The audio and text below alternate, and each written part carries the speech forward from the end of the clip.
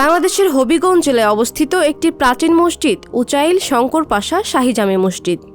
কারুকার্য খচিত মসজিদটি বাংলাদেশের উত্তর পূর্বাঞ্চলের সিলেট বিভাগের হবিগঞ্জ জেলার সদর উপজেলার শঙ্করপাশা গ্রামে অবস্থিত, যা পঞ্চদশ শতাব্দীতে নির্মিত হয়।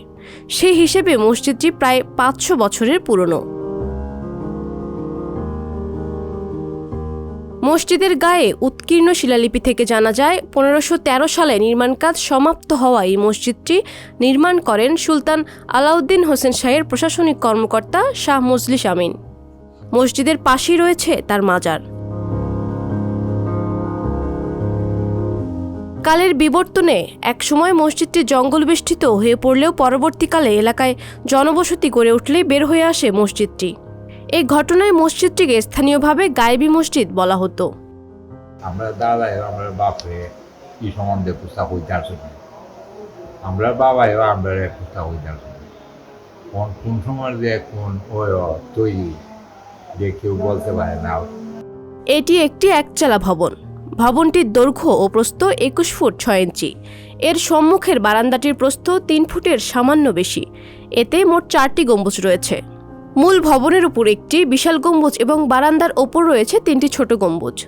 এছাড়া মসজিদের দক্ষিণ পাশে একটি বড় দিঘি রয়েছে।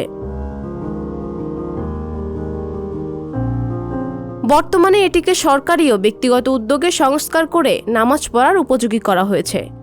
তবে প্রত্নতাত্ত্বিক অধিদপ্তরে তত্ত্বাবধানে সংস্কার কাজ না করায় এটি স্বকীয় সৌন্দর্য হারিয়ে যেতে বসেছে। আর মনে হয় বাইরে মুসলিয়ান হয় ওয়াতে ওই মসজিদের বাড়ি দেয়া আছে এগুলা দেওয়া হয়েছে, নাইলে তো আর নামাজ পড়া যায় না। সরকার তো আর মসজিদ ওই এটা কিছু গড়া গড়ছে আর বাইরে কুসা করে না, এটা পাবলিকে সবাই দিল্লা থেকে এই অতটুক করছে। আর ওই বাউন্ডারি আছে না, বাউন্ডারির মাঝে এই মুসলিয়ানও সহযোগিতা করছে, এলাকার মুরব্বিয়ানও সহযোগিতা করছে। পাপিয়া মামুন, সংবাদ প্রকাশ।